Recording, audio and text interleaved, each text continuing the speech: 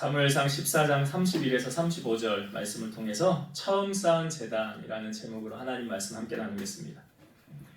사람의 인생을 보면 처음에 출발은 좋으나 끝이 좋지 않은 사람이 있고요.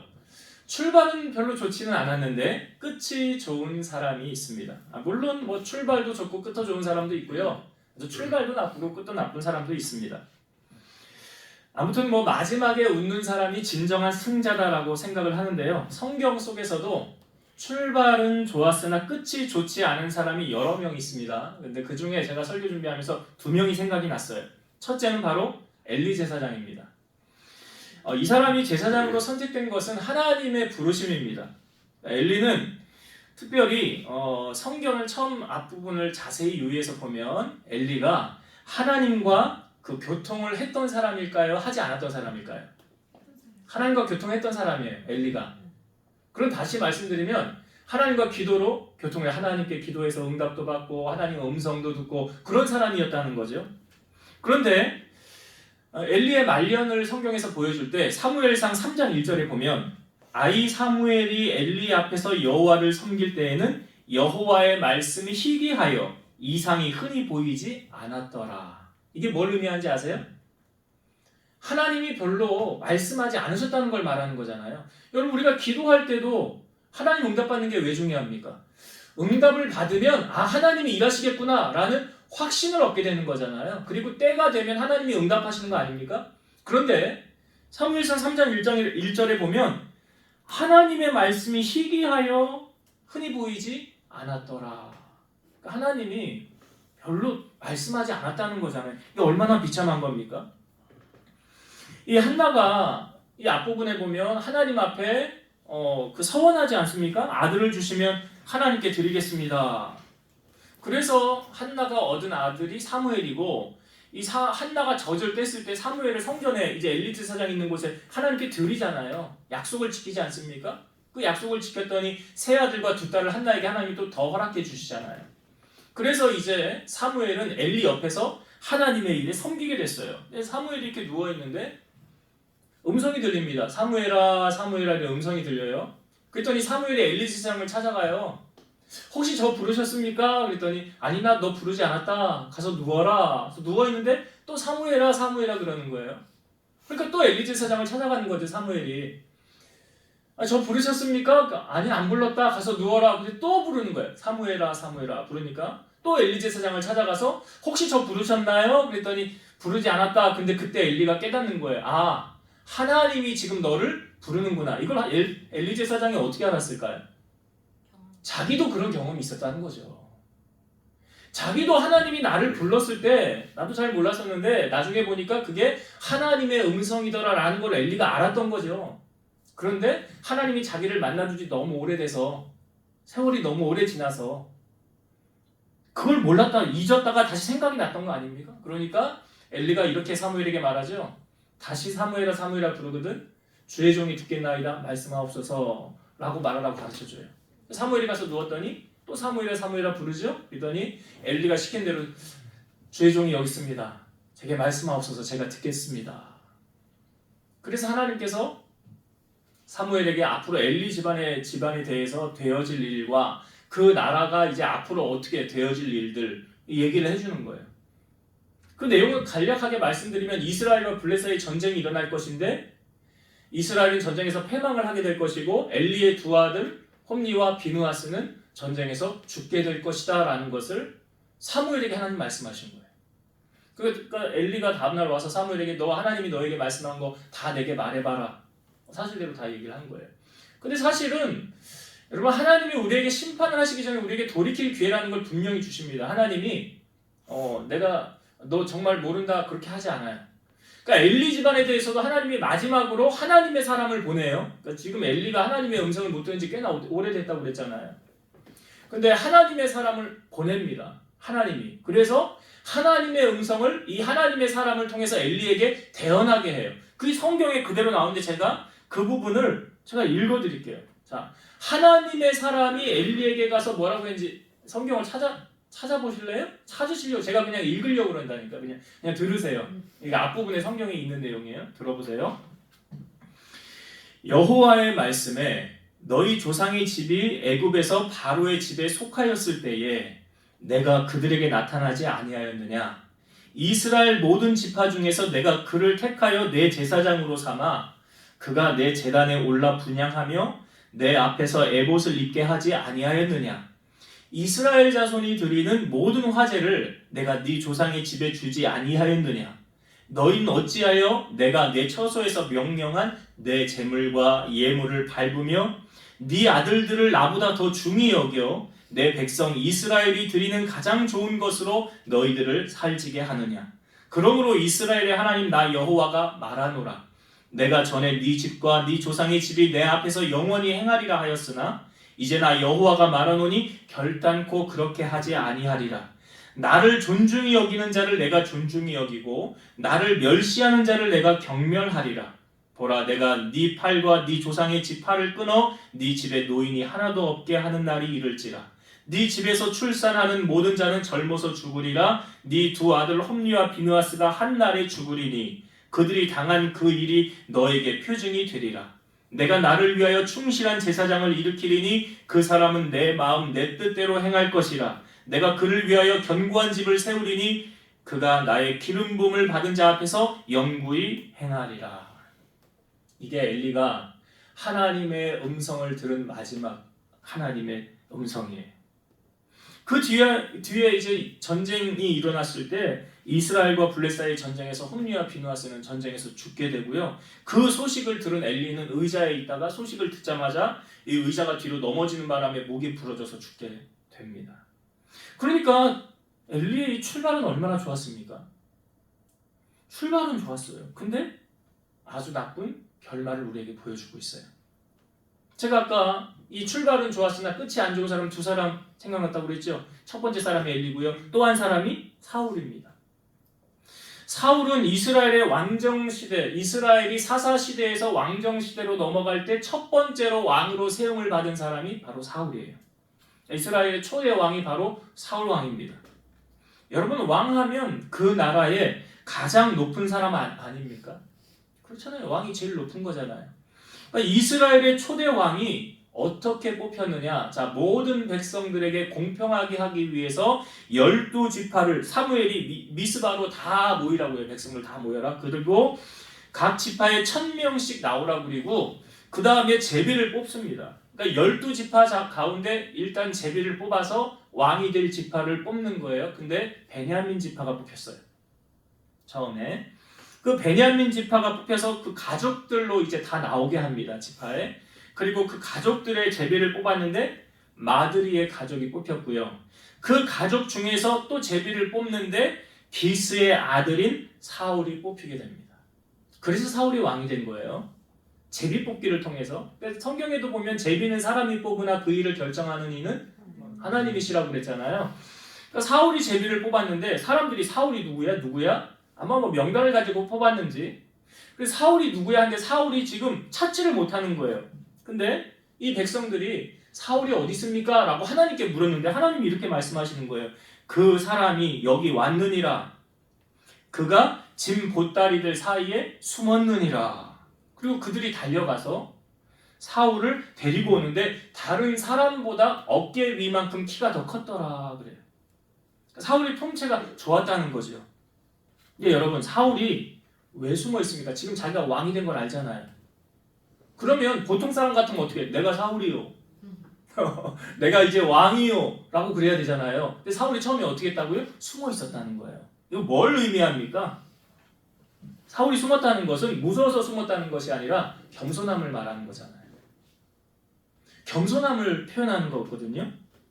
야고보서 4장 6절 보면 그러나 더욱 큰 은혜를 주시나니 그러므로 이르렀으되 하나님이 교만한 자를 물리치시고 겸손한 자에게 은혜를 주신다 하였느니라. 그러니까 겸손히 출발했다는 거예요. 사울이 첫 출발이 나 같은 게 어떻게 왕이 될 수 있겠어요? 나같이 부족함이 많은 게 어떻게 왕이 될 수 있겠어요? 이 나라를 내가 어떻게 통치하며 다스릴 수 있겠어요? 이렇게 출발했던 사람이 사울이었다고요. 출발이 얼마나 좋아요? 겸손하잖아요.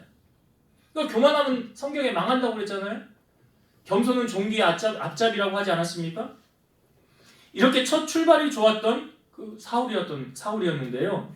그가 왕이 된 다음에 그 모습이 이제 어떻게 진행이 되어졌느냐. 여러분, 우리가 사람을 알 수 있는 방법이 여러 가지가 있는데 뭐 이런 말이 있죠. 그 사람에게 술 먹어봐라. 술 취하게 해봐라. 그러면 그 사람 진짜 모습 나올 거다. 뭐 취중 진단? 뭐 이런 말들이 있잖아요. 그런 말이 있고 또 그 사람에게 권력을 줘봐라. 권력을 쥐어줘 보면 그 사람 안에 잠재되어져 있던 것들이 이제 밖으로 표출되어질 것이다. 그전에는 가려져 있었던, 발톱이 가려졌던 것처럼 가려져 있었을 것이나 이제 권력이 쥐어지면 그가 이제 어떻게 행하는지 보여질 것이다. 그래서요, 여러분, 잠언의 말씀에 보면 이 권력을 잡은 사람들에 관한 이야기들이 많이 있어요. 많은 구절이 있는데 한 구절 보면 잠언 29장 2절입니다. 의인이 많아지면 백성이 즐거워하고 악인이 권세를 잡으면 백성이 탄식하느니라. 우리가 옛날에요, 뭐 미디어 문화 이렇게 발달되지 않았을 때, 뭐 옛날 조선시대 뭐 하여튼 옛날로 가보면 왕이 누군지 몰랐을 때 그 나라가 행복한 거 아닙니까? 그렇잖아요. 잘 먹고 잘 사는데 왕이 뭐 찾을 이유도 없고 백성들이 다 평안하고 잘 살고 굶주림 없이 살면 그것 나라 잘 다스리고 있는 거잖아요. 근데 나라가 어려워지면 누구를 찾아요? 위에 사람 찾게 되는 거 아니에요. 성경이 그걸 말하는 거예요. 이 사울의 처음에 출발이 좋았는데 그가 성경을 통하여 우리에게 보여지는 모습, 그가 이제 어떻게 보여지고 있는지 사울의 변질이 우리 성경에 그대로 다 보여주고 있거든요. 근데 여러분, 사람의 변질이요, 사실은 어떻게 출발하는지 아십니까? 성경이 그걸 우리에게 답을 보여주고 있어요. 이 사람의 변질의 시작은요, 하나님을 인정하지 않는 데서부터 출발하는 거예요. 바벨탑 왜 싸운 줄 알잖아요. 그거 왜 싸운 거예요? 모여가지고 우리 이름을 내자 그러잖아요. 우리가 신이 되자 그거 아니에요. 선악과 왜 먹은 거예요? 너 이거 먹으면 뭐처럼 된대? 네가 하나님 해. 이거 먹고. 하나님 필요 없어. 그러니까 하나님을 인정하지 않고 하나님의 자리에 자기가 앉아서 영광을 받으려는 그 출발의 시작부터 인간이 타락이 시작되어지는 거예요. 여러분, 사람이요, 하나님을 가장 높여드리는 가치가 뭡니까? 우리가 하나님을 가장 높여드리기 위해서 행하는 가치가 뭐예요? 행하는 행위가 뭐예요? 예배잖아, 예배. 내가 하나님을 높여드릴 수 있는 최고의 섬김, 이게 바로 예배라는 거예요. 그러면 사울이 자 하나님을 어떻게 예배하는지 이것만 찾아보면 아 얘가 정말 하나님 경외하는 사람이었구나 아닌지 우리가 딱 보여주잖아요. 자, 이 부분은 성경을 한번 찾아봅시다. 사울이 자 블레셋과 전쟁을 하기 전에 먼저 예배를 드리는 장면이 있어요. 사무엘상 13장 앞으로 2장만 넘겨서 사무엘상 13장 자 8절부터 볼게요. 이게 성경에 보니까 사울이 하나님 앞에 가장 먼저 처음으로 쌓은 제단이더라고요. 자, 사무엘상 13장 8절부터 제가 읽어볼게요. 지금 블레셋과 이스라엘 사이의 전쟁 대치 상황입니다. 8절부터 봅니다.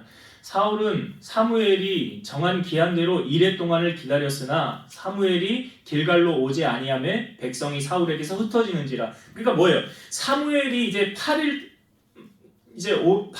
내가 올 거다. 그렇게 약속했다는 거잖아요. 근데 아직 오지 않으니까 상황이 어떻게 백성들이 두려워서 사울에게서 막 떠나는 거예요. 그런 상황이에요 지금. 자, 그러니까 9절 사울이 이르되 번제와 화목제물을 이리로 가져오라 하여 번제를 드렸더니 사울이 지금 번제를 드린 거 아닙니까? 자, 10절 번제 드리기를 마치자 사무엘이 온지라 사울이 나가 맞으며 문안하매 사무엘이 이르되 왕이 행하신 것이 무엇이냐 하니 사울이 이르되 백성은 내게서 흩어지고 당신은 정한 날 안에 오지 아니하고 블레셋 사람은 믹마스에 모였음을 내가 보았으므로 이에 내가 이르기를 블레셋 사람들이 나를 치러 길갈로 내려오겠거늘 내가 여호와께 은혜를 간구하지 못하였다 하고 부득이하여 번제를 드렸나이다 하니라.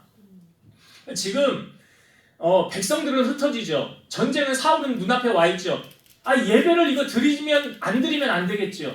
그러니까 기다리다 못해 자기가 예배를 드렸다는 거예요. 그러니까 번제를 드렸다는 거예요. 그러니까 13절, 자 13절 14절까지 볼게요.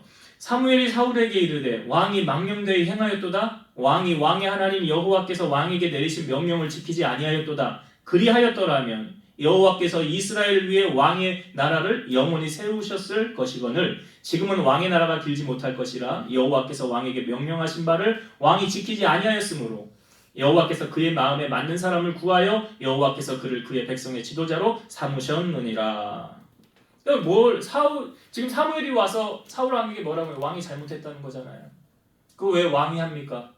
왕이 할 게 아니라는 거잖아요. 근데 뭐예요 지금? 급하니까 발등에 불 떨어졌으니까 이거 안 하면 안 되겠고 기다리다 못해 지쳐서 자기가 한 거예요. 그랬더니 왕은 잘못했다는 거예요. 하나님 내리신 명령을 지키지 않았다는 거죠. 그러니까 이게 지금 벌써 사울이 잘못된 길로 가고 있지 않습니까? 그리고 나서 우리가 읽은 오늘 본문이요. 오늘 본문을 35절을 한번 다시 보세요. 사무엘상 14장 35절.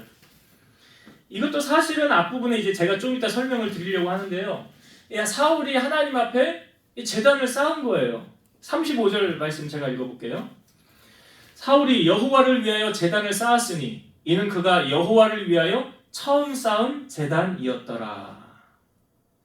그가 하나님 앞에 처음 쌓은 제단이래. 여러분 지금 사울이 왕이 된 지 이게 처음 쌓은 제단이요 10년 정도 됐어요. 왕이 된 지 10년이 지났다고요. 아니 그럼 10년 동안 뭐 한 거야? 10년 동안 뭐 한 거예요? 여러분 이게 좀 이상하지 않습니까? 그러면 우리가 앞부분에 봤을 때 여기 우리가 읽었던 이 13장은 사울이 왕이 되고 2년째거든요. 우리가 지금 앞부분에 먼저 보았던 번제 드린 거. 그러면 그 번제는 뭐예요? 그리고 여기 왜 35절에 그는 처음 쌓은 제단이라고 말하는 거예요? 그러면 왕이 돼서 2년 만에 드렸던 그 번제는 이걸 우리가 어떻게 해석을 해야 될까요? 하나님이 받지 않은 예배다. 그렇죠? 하나님은 안 받았어요. 그러면 우리가 성경에 우리가 처음으로 예배하였은 가인과 아벨을 통하여 우리에게 보여주잖아요. 하나님 받는 예배가 있고 안 받는 예배 있구나. 받는 헌금도 있고 안 받는 헌금도 있구나. 그러면 오늘 본문의 35절에 여호와를 위하여 처음으로 쌓은 제단이라고 했잖아요. 그럼 이 제단, 이 예배는 하나님이 받으셨을까요? 안 받으셨을까요? 예? 무슨 근거로 안 받았다고 그러는 거예요 지금? 무슨 근거로? 답이 있어요. 자, 그 다음에 36절, 37절 한번 봅시다. 36절과 37절을 볼게요. 사울이 이르되 우리가 밤에 블레셋 사람들을 추격하여 동틀 때까지 그들 중에서 탈취하고 한 사람도 남기지 말자. 우리가 이르되 왕의 생각에 좋은 대로 하소서 할 때에 대사장이 이르되 이리로 와서 하나님께 나아가사이다 하매. 자, 그 다음에 30절 잘 보세요. 사울이 하나님께 묻자오되 내가 블레셋 사람들을 추격하리이까 주께서 그들을 이스라엘의 손에 넘기시겠나이까 하되 그날에 대답하지 아니하시는지라. 사울이 지금 누구에게 묻는 거예요? 하나님께 묻잖아요. 그럼 하나님이 대답을 해주셔야 되잖아요. 이 뒤에 다윗이 보면 다윗도 비슷한 상황이 있거든요. 그때 다윗에게는 하나님 말씀 잘 해주셨어요. 가라, 가지 마라, 뽕나무 뒤에 숨어 있다가 소리가 들리거든 가라. 성경에 다 나오잖아요. 근데 지금 사울이 물었는데 하나님이 사울에게 대답해 주세요, 안 해주세요? 대답을 안 해주셨다는 건 뭘 의미하고 있냐면 그 전에 사울이 드렸던 그 예배를요 하나님이 받지 않았다는 거예요. 여러분 예배는 쇼가 아니에요. 예배는 구색 맞추기가 아니에요. 사울의 예배는 형식적입니다. 우리가 형식적인 예배자 되면 안 돼요. 주일이니까 안 가면 눈치 보이겠고 뭐 빠지려고 하니 핑계 댈 것도 없고 마음은 내키지 않지만 보는 시선도 있고 그냥 가만히 앉아 있다가 와야 되겠다라고 하는 사람들은 지금 사울이 하는 거하고 똑같이 하고 있는 거예요. 우리의 예배가 하나님을 의식하는지 사람을 의식하는지. 여러분 설교 때 제가 말씀드렸죠. 코람데오의 다른 말은 뭐라고요? 그렇지. 이제 다 기억을 하고 계시네. 코람데오가 뜻이 뭐예요? 하나님 앞에 서잖아요. 하나님이 지금 CCTV로 나를 다 찍고 보고 계신다고. 여러분 경외라는 게 뭐냐? 경외. 제가 설교할 때 몇 번 얘기했어요. 두려운 마음을 가지고 공경하여 섬기는 것이 바로 경외예요. 어떤 목사님은 부흥이 뭐냐? 라고 말할 때 이렇게 말하더라고요. 하나님을 경외하는 게 부흥이래요. 부흥이 숫자가 많아지는 게 부흥이 아니라고요. 하나님을 경외한 예배자 한 사람 한 사람이 세워져 가는 것이 진정한 부흥이에요. 여러분, 경외하면 그 대상에 대해서 함부로 합니까? 함부로 하지 못합니까? 함부로 못해요. 우리가 누군가와 약속을 했는데, 자, 약속 시간보다 늦지 않게 먼저 나가서 기다리는 사람이 있을 거고요. 아예 좀 늦어도 괜찮아 하면서 좀 늦게 나가는 그런 사람, 맞이하는 사람이 있을 것입니다. 늦어서는 안 되는 그 사람은 어떤 사람일까요? 나에게 상당한 실력을 행사하는 사람. 그렇겠죠.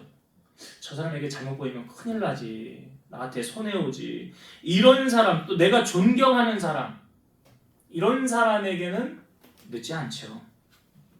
잘못 보이면 안 되지요. 그런데 늦어도 된다고 생각하는 사람은 별로 중요하게 생각하지 않는 사람, 나에게 별로 실질적인 영향력 행사하지 않는 사람은 늦어도 된다고 생각하지요. 그렇다고 한다면 여러분은 하나님과의 약속은 어떻게 지키십니까? 하나님이 내 삶에 실질적인 영향력을 행사하는 분이라고 한다면 하나님과의 약속은 철저하게 지킬 것입니다. 근데 하나님이 별로 내 삶에 영향도 끼치지 않고 나하고 별로 상관이 없다라고 한다면 약속을 어기기도 할 것이고 약속을 늦기도 할 것입니다. 예수님은 어떤 사람이 나를 사랑하는 사람이라고 말씀하시냐면 요한복음 14장 21절, 나의 계명을 지키는 자라야 나를 사랑하는 자니 나를 사랑하는 자는 내 아버지께 사랑을 받을 것이요 나도 그를 사랑하여 그에게 나를 나타내리라. 저는 태어나 보니 모태신앙의 집안에서 태어났어요. 저희 아버지가 제가 태어날 때부터 목회를 하고 있지 않았어요. 의료보험 회사에 과장으로 나름 승진도 하고 잘 나가는 직장인이었고, 그렇다고 신앙생활을 하지 않은 분은 아니어서 교회를 다니면서 일찍이 장로까지 되어서 교회를 섬겼던 분이세요. 그래서 제가 근데 이제 할머니의 소원으로 말미암아 아버지가 제가 초등학교 6학년 때 목회를 시작했어요. 처음 목회를 가서 시작한 곳이 하루에 버스가 3번 들어오는 청주에서 아주 버스를 타고 멀리 들어가야 되는 아주 시골 마을이었어요. 교회가 있었는데 아주 허름했고요. 사택은 방 한 칸이었어요. 근데 그 지역에 처음으로 부임을 받아서 목회를 시작하면서 목회를 하면서 신학교를 다닌 거죠. 그러면서 교회가 부흥되어서 성전도 건축하고 사택도 건축을 하게 됐어요. 근데 저는 제가 이제 아버지가 6학년 때 제가 6학년 때 목회를 처음 시작했는데 아버지가 목사님이었기 때문에 그런 건 아니었던 것 같아요. 근데 제 마음 가운데 저는 하나님을 섬기되 좀 열심히 섬겨보자. 그래서 제가 이제 6학년 2학기 때인가 이제 가서 목회를 시작했으니까 중학교 바로 들어가자마자 주일학교 교사, 유치부 교사를 제가 했어요. 뭘 알고 했겠습니까? 근데 아이들이 저를 잘 따랐어요. 교회 그때는 의자 없이 방석 놓고 앉잖아요. 제가 방석을 딱 놓고 앉으면 제 옆으로 이제 유치부 어린이들이 쫙 제 옆으로 와서 앉아요. 제가 잘 놀아줘서 그랬는지 하여튼 왜 그랬는지 모르겠는데 제 옆으로 와서 쫙 앉아요. 그러니까 교사를 시작했죠. 주일 오전 예배, 오후 예배 드렸죠. 성가대 했죠. 또 수요 예배 빠지지 않고 수요 예배 그때 이제 저녁에 하니까 학교 갔다 와서 저녁에 수요 예배 드렸죠. 금요 기도회도 가서 참석을 했죠. 그러니까 제 나름대로 하나님을 섬기는 게 이왕이면 하나님을 섬기되 좀 잘 섬겨보자. 열심히 섬겨보자. 이거 시켜서 되는 거 아니잖아요. 시킨다고 예배 나와 안 나오면 용돈도 없어. 그거 아니거든요. 이게 시킨다고 억지로 해서 되어지는 게 아니에요. 제 마음 가운데 그런 마음이 있었어요. 그래서 거기를 이제 목회를 하시고 제가 고등학교 1학년 때 이제 원주로 이제 이사를 오게 됐죠. 부임제를 받아서 원주로 왔을 때 제가 고등학교 3학년 졸업을 하고 전 교인들이 그때 기도원으로 이제 수련회를 가게 됐어요. 여러분 기도원 수련회는 어떤 건지 아시죠? 네? 기도원 수련회는 이거예요. 프로그램 없어요. 기도원에서 하는 대로 이끌어가는 수련회예요. 새벽 예배, 아침 먹고 오전 예배, 점심 먹고 은사 집회 2시, 저녁 먹고 저녁 집회. 이거예요. 기도원 프로그램이. 다른 거 없어요. 그냥 뭐든지 그냥 가서 예배 드리는 예배. 근데 거기서 제 인생에 정말 터닝 포인트 같은 일이 저를 만나게 되었죠. 제가 은사 집회 갔는데 그때 이제 원장님이 이런 얘기를 하시더라고요. 방언 못 받으신 분들은 방언을 받기 위해서 기도를 하라는 거예요. 그래서 제가 그때 방언을 못 했었죠. 방언 받기 위해 기도를 하래. 그리고서 기도를 이제 하는데 하나님이 저에게 먼저 회개의 영을 주시는 거예요. 제 안에 알고도 모르고도 지었던 죄들을 생각나게 하시는 거예요. 너희 그때 이것도 잘못했었지? 이것도 잘못했지? 근데 회개를 하는데 정말 진정으로 마음속 깊은 곳에서 우러나오는 회개는 어떤 회개냐? 눈물 콧물 범벅되는 회개. 정말 눈물 콧물이 범벅이 돼서 나오는 거예요. 그냥 닦으면 또 휴식, 또 계속 눈물 콧물 계속 그렇게 나오는 거예요. 회개를 그렇게 시키시더라고요. 그리고 난 후에 기도를 하는데 이 혀가 이렇게 말려가지고 나도 모르는 이상한 말이 나오기 시작하는 거예요. 그게 뭐겠어요? 방언이에요. 성경에도 우리에게 방언이 임하는 코스가 있잖아요. 사도행전 이제 앞부분에 성령이 임하고 초대교회가 시작될 때 베드로가 설교했을 때 사람들이 어찌할꼬 그때 베드로가 뭐라고 그래요? 너희가 회개하여. 가장 먼저 뭐예요? 너희가 회개하여. 왜냐하면 하나님은 성령님은 거룩한 영이기 때문에 우리의 더러운 심령에 임할 수가 없어요. 임할 수가 없다고요. 내 심령이 깨끗하지 않으면 임하지 않아요. 그래서 회개가 가장 먼저라는 거예요. 회개하여 예수 그리스도 이름으로 세례를 받고 죄사함을 받으라. 그리하면 성령의 선물을 받을 것이다 라고 하잖아요. 그래서 제가 그때 성령 체험하고 그때 임기혁장님 주님을 만나고 방언을 하게 난 다음에 제가 방언을 하는데 이 방언이 무슨 뜻인지 몰라서 하나님 앞에 성경을 보니까 은사 가운데 방언의 은사가 있고 통변의 은사가 있어요. 통역의 은사가 있고 영어를 모르면 영어를 누가 하면 그걸 옆에서 해석해 주잖아요. 방언도 그런 게 있어요. 다른 사람이 방언할 때 뭔 뜻인지 모르면 가서 듣고 해석을 해주는 이게 통변의 은사, 통역의 은사. 내 방언을 통변하는 은사. 이걸 하나님 앞에 제가 달라고 기도를 했잖아요. 성경책에다 기도 제목을 적었는데 어느 날 보니까 내가 그걸 적어놨더라고요. 통변의 은사를 달라고. 근데 제가 30살에 하나님 통변의 은사를 주셨어요. 그래서 여러분 그 송구 영신 예배 때 이렇게 제가 기도해 줄 때 이렇게 하나님이 저에게 감동 주셔서 말씀을 하잖아요. 지난주 목요일에 우리 민문기 집사님이 장례를 치르고 교회를 오신 거야. 장례 다 하고 근조기를 가지고 교회에 오셨어요. 3시에 기도하러. 그래서 같이 기도하고 난 다음에 성령께서 저에게 감동을 주시는 거예요. 집사님 왜 기도를 해주라는 감동을 저에게 주시는 거예요. 그래서 제가 하나님이 주셨던 그 감동을 가지고 집사님을 위해서 기도해 줬는데 집사님이 제가 기도했던 내용을 하나님이 응답을 해주셨다고. 그리고 하나님의 위로가 거기에 임하는 것을 경험했어요. 집사님이 큰 힘을 받았어요. 여러분 제가 가끔 이런 얘기를 하죠. 하나님과의 관계가 좋으면 목사님과의 관계가 좋다고 그랬어요? 나쁘다고 그랬어요? 이게 왜 중요한지 아십니까? 여러분 관계가 나쁘면요. 먼저는 은혜를 못 받아요.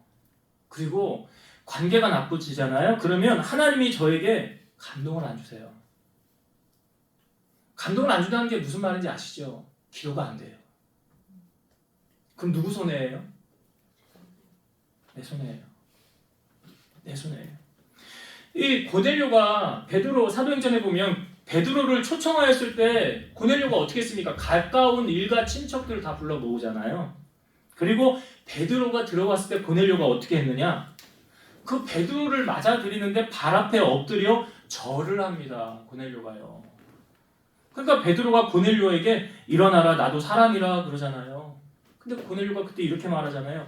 우리는 주께서 당신에게 명하신 모든 것을 듣고자 하여 다 하나님 앞에 있습니다.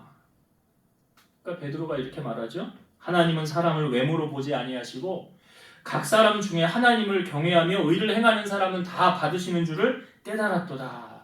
그리고 말씀을 전하는데 거기에 말씀 듣는 모든 자들에게 성령이 임하더라. 성령이 임하더라. 여러분, 은혜는요, 예배를 사모하는 사람이 받는 거 맞아요. 하나님이 그냥 절대 돌려보내지 않습니다. 사모하는 사람. 마태복음 7장 6절. 거룩한 것을 개에게 주지 말며 너희 진주를 돼지 앞에 던지지 말라. 그들이 그것을 발로 밟고 돌이켜 너희를 찢어 상하게 할까 염려하노라. 그러니까 나의 예배가 하나님이 받으시는 예배가 될 때요, 그 하나님이 감동하시고, 그러면 하나님께서 나를 위하여 일하신다는 거잖아요. 솔로몬의 1000번제를 통해서 하나님이 감동하시니까 나타나셔서 내가 너에게 뭐 해줄까 말씀하시는 거잖아요.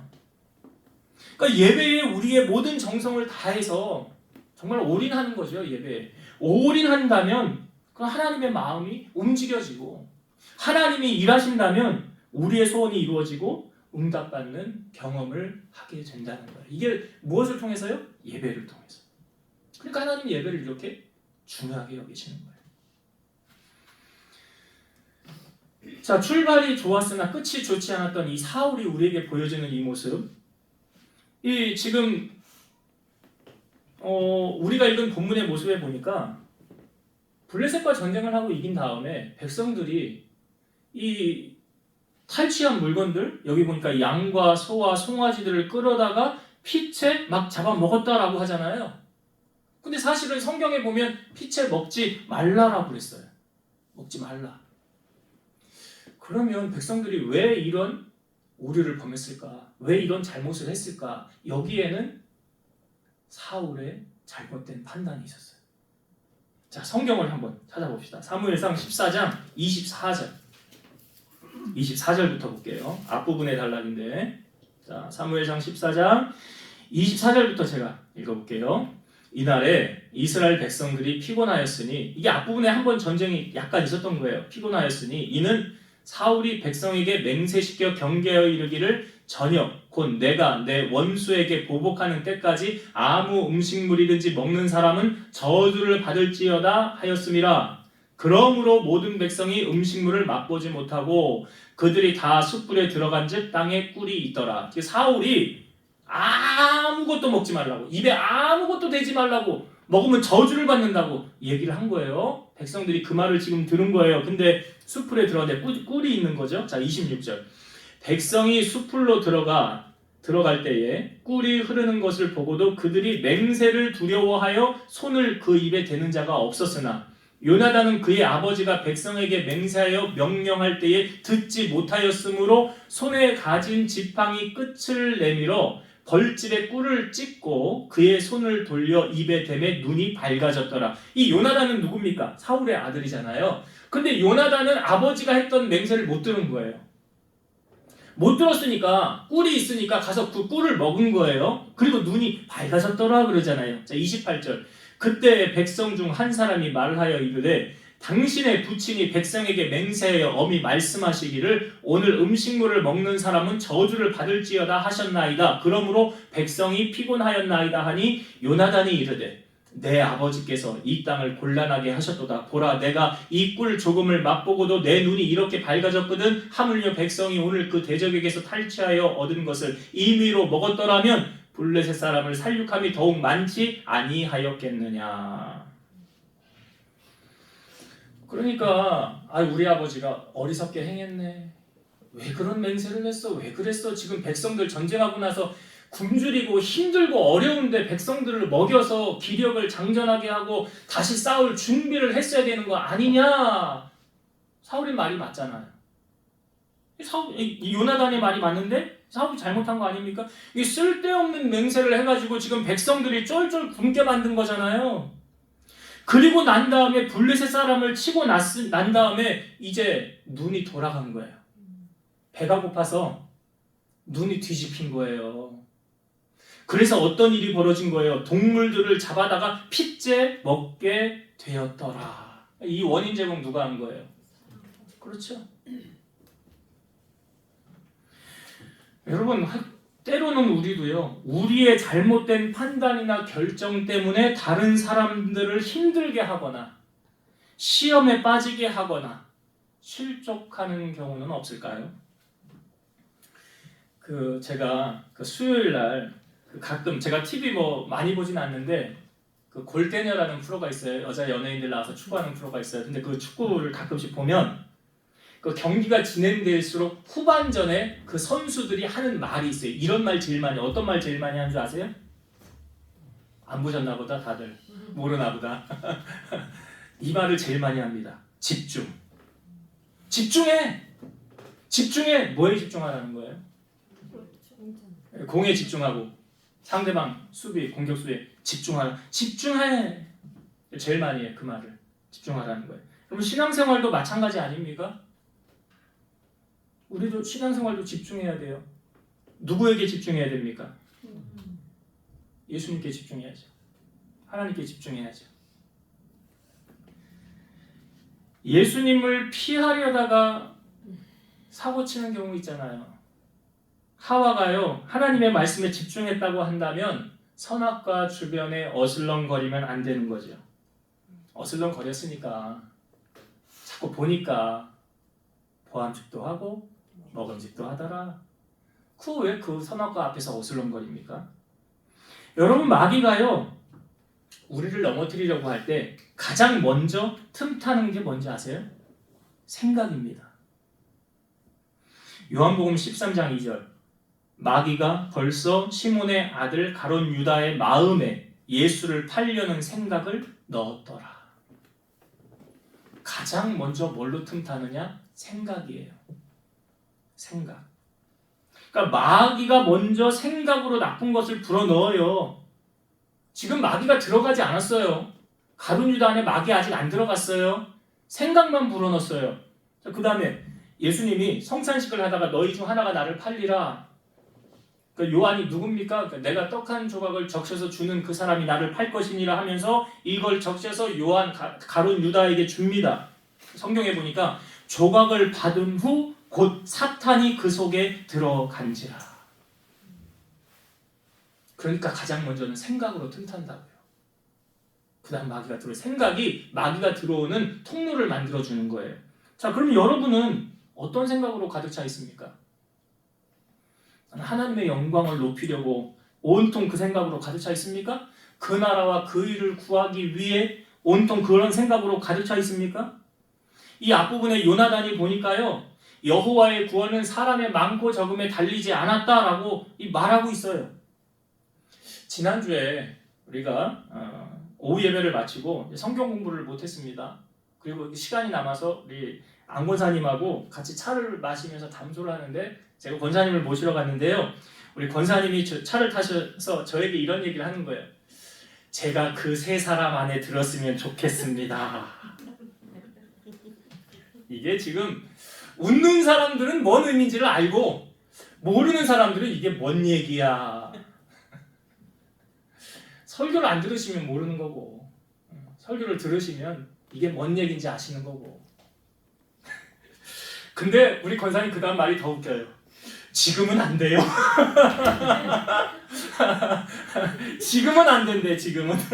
아유, 누가 지금 하래요.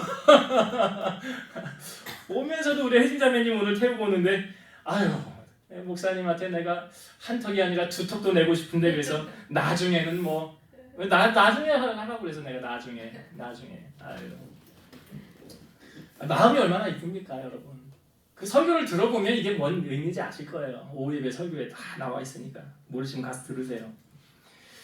여러분, 이 사울 같은 사람 때문에 지금 이스라엘 전체가 피해를 보고 있잖아요. 가정 안에도 이 사울 같은 사람이 있으면 이 자녀들이 얼마나 힘들겠어요. 왜 자녀들이요 부모 눈치를 봐야 될까요?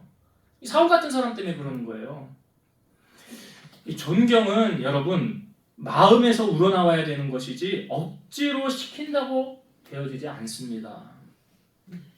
제가 며칠 전에 수요예배 때도 부모님들이, 그러니까 신앙생활을 할 때 성도님들에게 나를 본받으세요 라고 당당하게 말할 수 있는 사람, 부모님이 자녀들에게 야 너는 나를 좀 본받고 내가 하는 대로 좀 해라 할 수 있는 부모가 되어지기 위해서는 노력해야 돼요. 자녀들이 다 보고 있잖아요. 말하는 거, 행동하는 거 다 보고 있지 않습니까? 그래서 제가 이영자 씨가 얘기한 부모님이 자녀들에게 말할 때 그럼 자녀들이 이영자 말 대변하면 이영애 씨 말을 대변하면 어떻게 할 거예요? 너나 잘하세요. 너나 잘하세요. 그런 말 들으면 안 되잖아요. 여러분, 우리가 신앙생활을 하면서 이왕이면 아주 좀 존경받는 자로, 본이 되는 자로 살아야 되지 않을까요? 저는 나이 들면서 제가 이 소리는 듣지 말아야 되겠다 하는 게 있어요. 뭔지 아세요? 애들한테, 젊은 세대들한테 꼰대. 꼰대. 여러분, 나이 드신 분들 꼰대 되지 마세요. 진짜 꼴불견이에요. 꼴불견. 나이 들어서 그러면. 나이 들어서 좀 인자하고 좀 사랑이 넘치고 입은 닫고 지갑은 열으래잖아요. 입은 닫고 지갑. 그런 사람이 돼야지. 꼰대 되면 나중에 자기 옆에 사람 아무도 없어요. 그렇지 않을까요? 다 떨어져 나가지요. 누가 그 옆에 있겠습니까? 혼자 사는 거예요. 그러면 여러분, 사람이 붙는 사람이 되세요. 이 사람이 붙는 사람, 또 만나고 싶은 사람, 그런 사람이 돼야죠. 오늘 사울이 이 백성들로 하여금 범죄하게 만든 장군인이 가만히 보니까 사울이었구나. 그리고 이 사울이 결정적인 게 그 다음에 15장에 보면 아말렉과의 전쟁이 있잖아요. 다 멸하라 그랬는데 좋은 것 어떻게 했어요? 다 가지고 왔어요. 왜? 제사하려고. 그럼에도 불구하고요, 이 사울이 정말 악한 게 뭐냐면 사무엘을 데리고 가서 예배 드려달래. 제사 드려달래. 그럼 뭔 의미인지 아세요? 나체면 세워달라는 거예요. 그 예배를요, 그런 식으로 이용을 해요. 사울이. 그러니 하나님이 이 버릴 만도 하지. 자, 이제 말씀을 정리하고 마치겠습니다. 여러분, 출발이 좋으나 끝이 안 좋은 사람 두 사람 우리가 살펴보면서 우리는 이런 인생 살지 말자. 반면교사로 삼았으면 좋겠고요. 이 사울이 타락하게 된 가장 첫 번째 원인이 뭐라고 그랬어요? 예배가 쇼였어요. 예배가 형식적이었어요. 여러분, 저는 진짜 신앙인은 예배에 목숨 거는 사람이라고 봐요. 예배에 올인하는 사람이라고 봐요. 하늘이 두 쪽이 나도 나는 하나님과 약속 지킬 거야. 나는 하나님을 떠날 수가 없어. 그분이 날 위해 죽으셨는데 내가 어떻게 그분을 배신할 수가 있겠어. 그래서 나는 예배, 무슨 일이 있어도 여기에 올인할 거야. 나는 그 사람이 진짜 예배자라고 봐요. 진짜 신앙인이라고 봐요. 그러니까 이거에 변함이 없는. 오늘 우리가 사울처럼 예배하면 그냥 쇼예요, 쇼. 형식적인 예배자. 구색 맞추는 거예요. 하나님 그런 예배 안 받으시잖아요. 여러분, 하나님이 받으시는 예배를 우리가 드렸으면 좋겠어요. 그게 진정한 예배자. 진정한 예배자로 하나님 앞에 영광 돌리는 여러분, 그 주님이 오시는 그날까지 그 마음, 그 정성, 그 순수함 잃지 않으셨으면 좋겠고요. 또 한 가지, 지금 백성들이 왜 이 양, 소 막 가져다가 왜 핏째 왜 먹었어요? 가만히 보니까 원인 제공자가 있었더라. 그러니까 여러분 잘 보세요. 신앙생활을 하다가 쉬는 사람들이 왜 쉬는가 여러 이유가 있겠지만 나 저 사람 보기 싫어서 안 갈래요.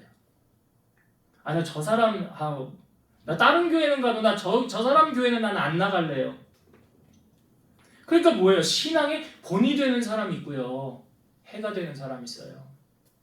남을 실족하게 하는 사람이 있고요. 구원하는 사람이 있어요. 예수님은 우리를 세상에 보내실 때 무슨 역할을 하라고 그랬어요? 세상의 빛과 소금의 역할을 감당하라. 소금의 맛을 잃으면 사람들에게 밟힌다. 밟히는 게 뭔 의미예요? 세상 사람들의 손가락질 받는 게 밟히는 거예요. 예수 믿는 사람이 세상 사람들에게 손가락질 받으면 안 되는 거잖아요. 빛은 뭐래요? 너희 빛을 등경 위에 두어 사람들 앞에 비추게 하는 게 빛이래요. 뭘 통해서요? 너희의 착한 행실을 통해서 하나님께 영광이 되게 하라. 나의 말과 행실이 사람들에게 은혜가 되고 있는가, 본이 되고 있는가? 내 가정에서 자녀들에게, 부모님에게 은혜가 되고 있는가, 본이 되고 있는가? 그 여러분들이 날마다 점검하면서 나를 통해서 누가 드러나야 돼요? 예수님이 드러나야 돼요. 사람들에게 은혜가 되어지는 그런 삶. 그래서 여러분들로 말미암아 하나님이 영광 받으시고 하나님을 기쁘시게 해드리는 그런 은혜가 임하게 되기를 주의 이름으로 축원드립니다. 기도하시겠습니다. 오늘도 살아계셔서 우리 예배를 기쁘게 흥양하여 받으신 하나님 감사합니다. 우리 사랑하는 성도들이 하나님의 전심을 다하여 드리는 예배가 하나님 보좌에 상달되어진 예배가 될 줄로 믿습니다. 진실한 믿음의 예배자로 날마다 세워져 가게 하시고 주님이 오시는 그날까지 이 믿음 변치 않아 하나님 기쁘시게 하며 나아가는 우리 성도들 다 되게 하여 주옵소서. 예수님의 이름으로 기도드리옵나이다. 아멘.